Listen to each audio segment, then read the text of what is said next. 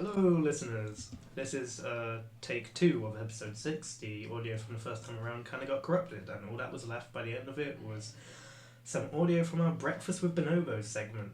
It was an odd title anyway, given our monkey is not a bonobo. He does cook some mean eggs, though. This is terrible. But we can't tell him that. He'll go insane. Yeah, it's really good, thanks. The cockroaches give it an extra crunch. You know, when you get past the initial crunch of the eggshells. Thanks, monkey.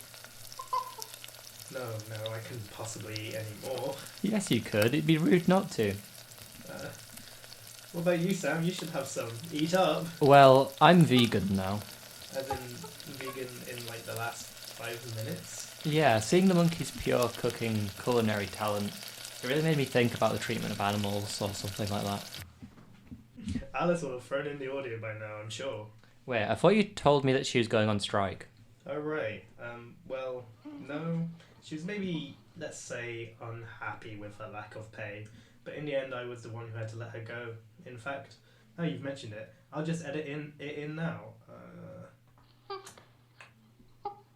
Wait, this? See, that was easy. Alice always made it look so hard. I mean, she never actually did any because we told her to.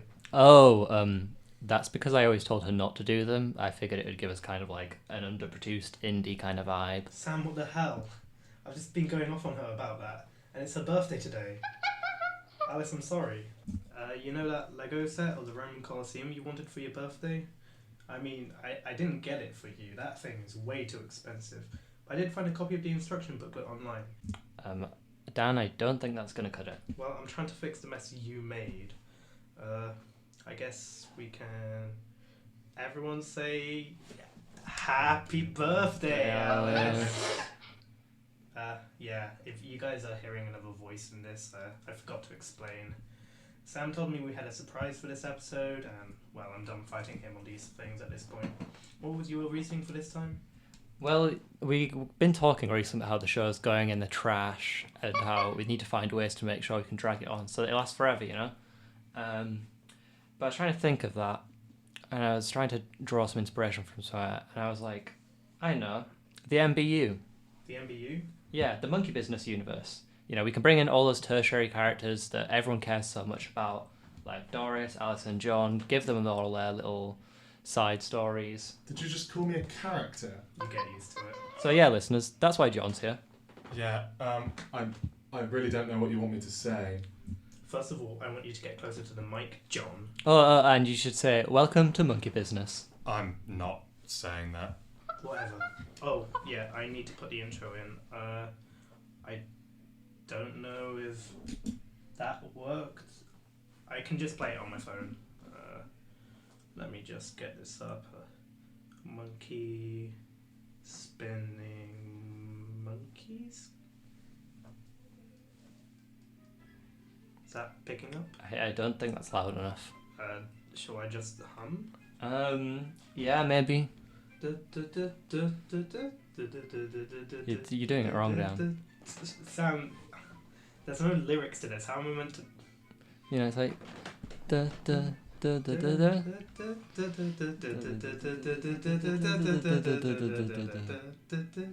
Okay, I think that's probably enough, to be honest. I agree, that was awful. I have said I hate that song. Is this good enough? Christ, John, back up a little, buddy. You're peeking the mics.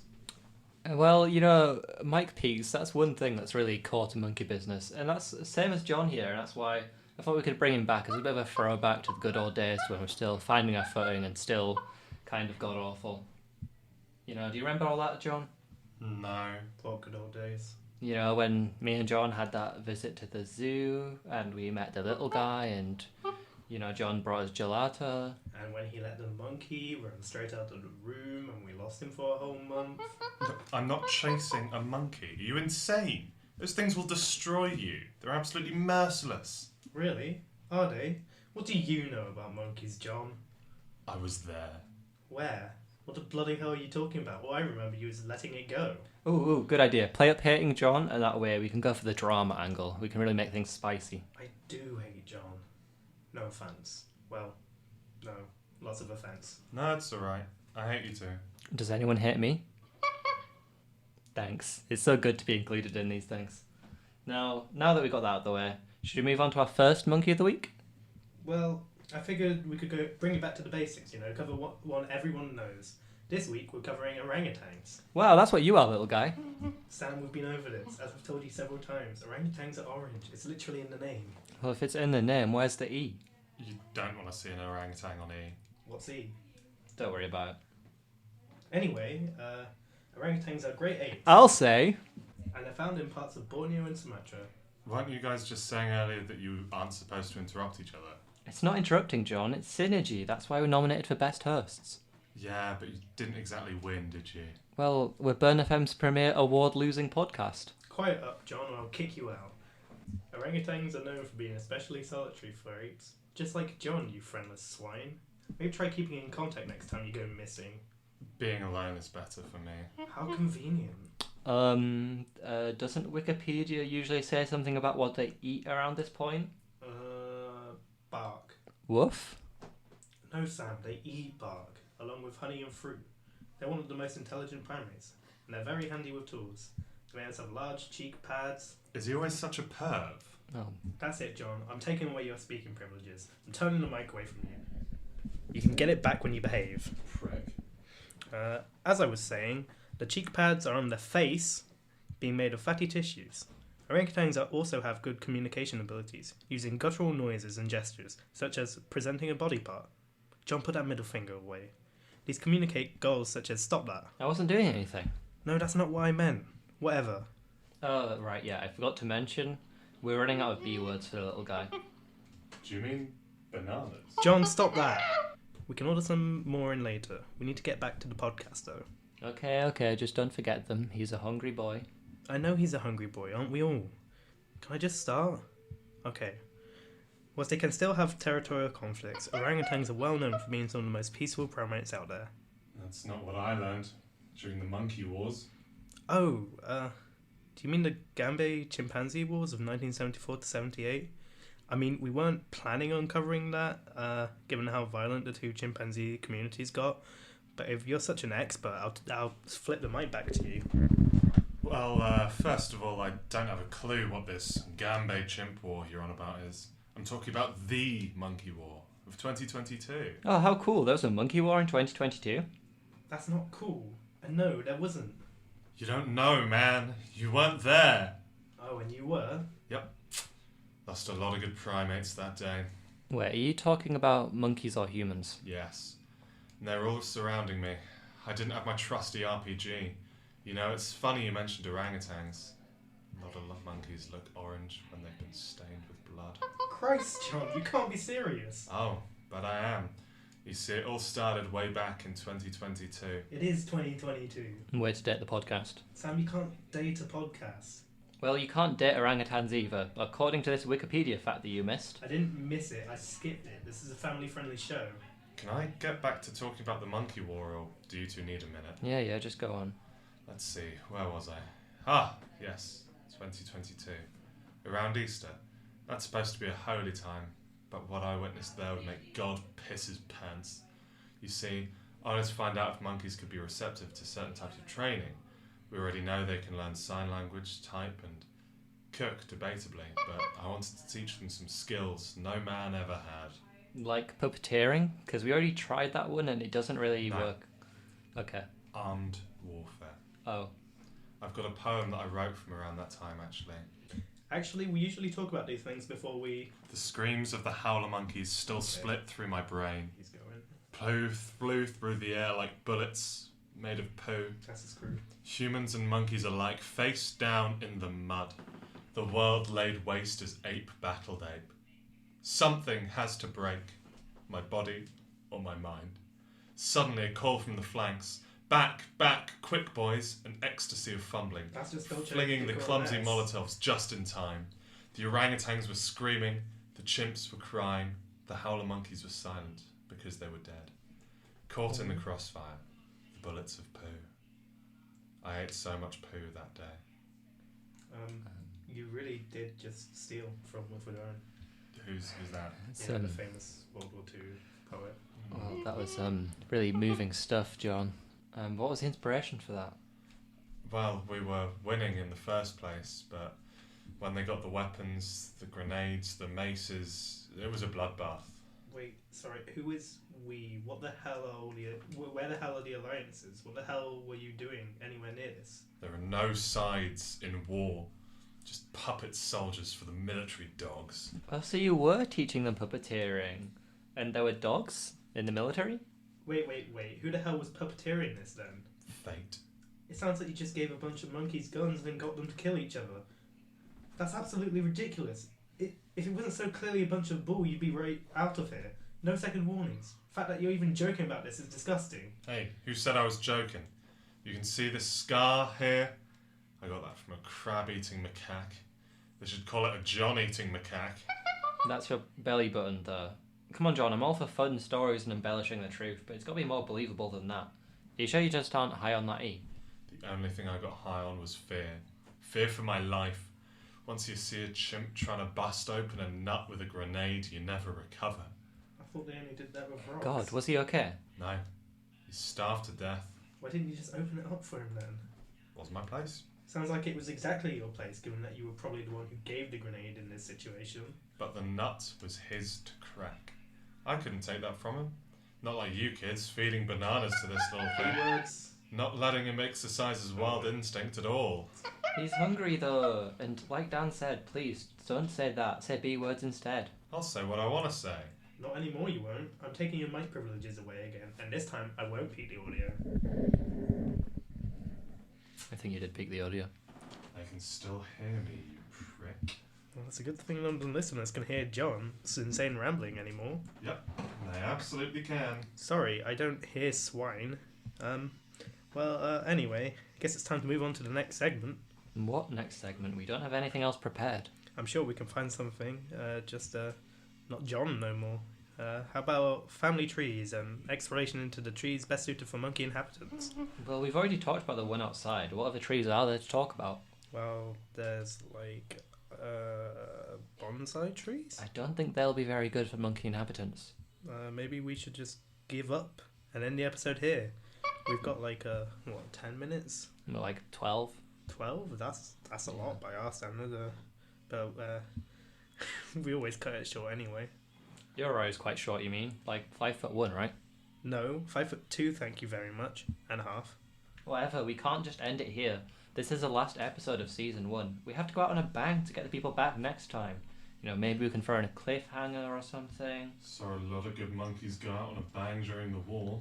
Shh, John, shut up. What do you mean season 1? And how could we have a cliffhanger? We're a podcast about monkeys. Why don't you talk more about the good old days? What the hell are you talking about? You know, what you were saying about earlier. About the monkey, and the zoo, and the people outside. Oh, sure, like prequel stuff? We can do that. Well, I remember it was a really nice day, so you said we should pop on over to the local zoo. And that's when we met the monkey, and it was best friendship at first sight. That's about it, though. I don't know what else there is to explain. How did you meet the monkey? What do you mean, you? You were there as well. And anyway, you know how. It was your idea. You can't prove that. I mean, go over what happened in exact detail. It's fine. No one believes this story anymore anyway. It's just all part of the monkey business law as far as our audience is concerned. Okay, well then. When we went to the zoo, at first we saw the pandas, but I wasn't really so bothered about them.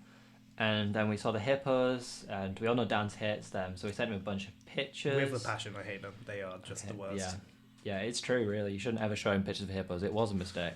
I went into a blind rage. But yeah, then there was the sloths, the meerkats, and... Hurry up, get to it. Well, then there was the monkey, and there was only the monkey, literally, in this massive enclosure. There was only one monkey there. I guess all the rest were inside for lunch or something, and...